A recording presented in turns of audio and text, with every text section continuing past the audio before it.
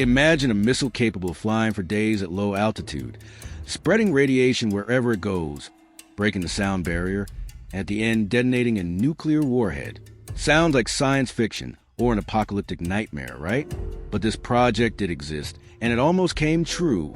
It was called Project Pluto, and it was so threatening, so extreme, that even during the paranoia of the Cold War, it was considered too much. Cold War and arms race. It's the 1950s. The United States and the Soviet Union are locked in an unbridled race for nuclear superiority.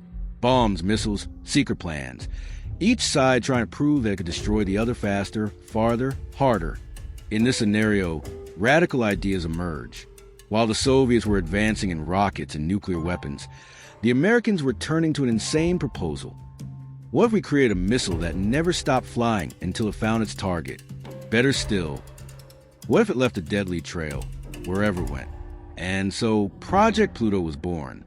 Project Pluto was a plan by the U.S. Air Force in partnership with the Lawrence Livermore Laboratory to develop a nuclear missile powered by a nuclear reactor. The concept was called SLAM, Supersonic Low Altitude Missile.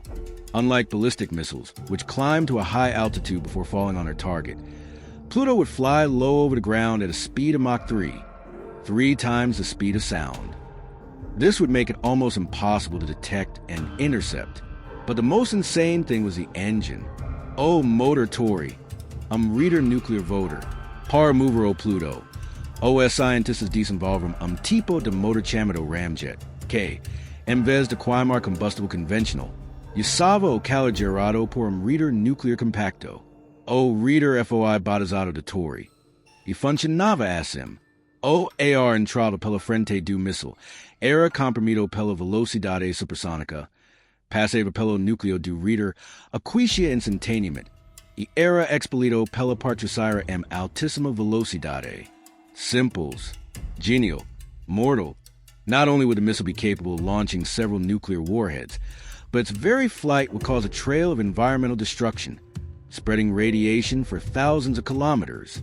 And if that wasn't enough, Project Pluto was also a psychological weapon, a weapon of total terror. Imagine the scenario: a missile crossing the sky at 3 times the speed of sound, flying just a few meters from the ground, breaking the sound barrier repeatedly, creating shock waves that would destroy fragile buildings. Not only would it be invisible to the radars of the time, but it would also release lethal radiation in its path, making everything under its route uninhabitable. And as if that wasn't insane enough, Pluto could carry dozens of nuclear warheads, launching them one by one as it continued on its destructive path. And at the end, it could plunge itself onto a target and explode, spreading even more chaos. The idea was so extreme that the creators themselves began to informally call it the Doomsday missile. The real tests, and it wasn't just on paper. The Tori-IA nuclear reactor was actually built and tested in 1961, followed by a more powerful version, the Tori-IC, in 1964. These tests took place at the Nevada test site, where giant concrete rails were built to contain the reactor while it was activated with compressed air. During the tests, the reactor ran for 5 minutes straight, generating enough power to propel an intercontinental missile. In other words, it worked. Project Pluto was real, and it was on its way to becoming operational. But then, something happened. Why was it canceled? Despite its theoretical effectiveness, Pluto was considered unfeasible for several reasons, and none of them were technological. Firstly, there was the obvious problem. The missile spread active radiation during every flight. In other words, any test route would be an environmental disaster, and any navigation error could poison entire regions without even exploding.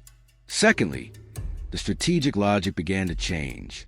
The technology of intercontinental ballistic missiles, ICBMs, has evolved rapidly, and they have become faster, safer, and, well, less radioactive. And finally, there were ethics. Even in the Cold War era, Pluto seemed to go too far. It was a weapon that didn't just kill soldiers or structures. It sterilized the Earth wherever it went. In 1964, the project was quietly shelved. The world never heard of Pluto again, but the knowledge and the terror remained. The legacy of Project Pluto. Today, Pluto is remembered as one of the most dangerous ideas ever conceived by military engineers. It was a product of fear, haste, and the race for absolute superiority. A weapon so devastating that not even its creators had the courage to use it. And to think that it came so close to being launched.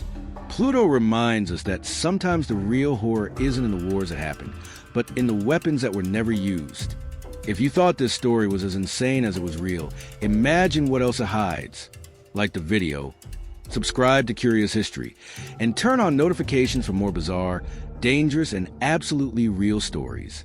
And now tell me in the comments, which Cold War weapon scares you the most?